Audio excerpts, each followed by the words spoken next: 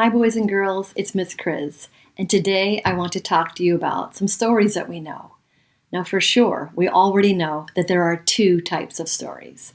There are nonfiction stories, and these are stories that are about real events, real people, real places, even real animals, like meerkats, my favorite animal ever. And the other type of stories are called fiction stories. And fiction stories are imaginary. They can't really happen. As much as they're fun to read about, meerkats really don't celebrate Christmas. Well, there's other stories that fall within the fiction range that I want to talk to you about today, and these stories are magical. I want to tell you that some stories can be magical. For example, Cinderella, lots of magic happening there. The Three Pigs. Now you might be thinking, what's magical about the Three Pigs? We'll talk about that. And another one, Aladdin. Aladdin is absolutely full of magic. Well, these types of stories have names. They are called folktales, fables, fairy tales, and fantasy. We're going to talk about all of those right now. So any story that has a spell in it has a magical element to it. And Disney uses a lot of spells in their stories.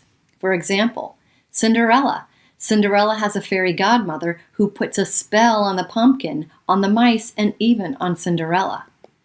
In Beauty and the Beast was a prince, and he's turned into a beast, and the only way to break the spell is if Belle kisses him and falls in love with him. More than kisses, but just falls in love with him. And even the Frog Princess and the Princess and the Frog. The frog was a prince, and the only way to break that spell is for him to get kissed by a princess. So anytime you're reading a story that has a spell in it, it's magical. It's fiction, and it's magical. Now, talking animals doesn't seem magical, but animals don't really talk in real life. So when you're reading a story about an animal that's talking, think of it as magical. For example, one of my favorite books is always about Elephant and Piggy. They don't really talk in real life, but in these books, they talk to each other, and that's magical. Another favorite book of mine is anything that has pigeon in it. Pigeons don't really talk, but in this story they do, and again, that makes them magical. Now, some stories have the main characters healing or coming back to life. For example, Uni the Unicorn. Uni actually believes that girls are real, and the opposite of what normally happens with unicorns. And even Rainbow Fish. Rainbow takes part of his own scale and gives to others. And so that, again, is also magical. And when you have characters healing others, think of it as magical. It's fiction, and it's magical. Granting wishes. Don't we all wish we could have some wishes granted? Well, genies grant wishes. So if you read a story that has a genie in it, it's magical. Anytime you have a fairy godmother, it's also magical. Anytime they're granting wishes, think of it as magical and fiction.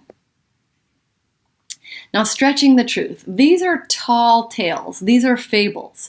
Fables are stories like Babe the Blue Ox, this huge blue ox that Paul Bunyan had, or the story about the tortoise and the hare. Can a tortoise really beat a hare or a rabbit? I don't think so, but in this story, they do. Well, this is what I want you to think about. In your books, when you're doing your free choice reading and your Just Right books, I want you to think about, is there any magic in the book that you chose? And if so, it's fiction, but it has that magical element. Enjoy reading, boys and girls.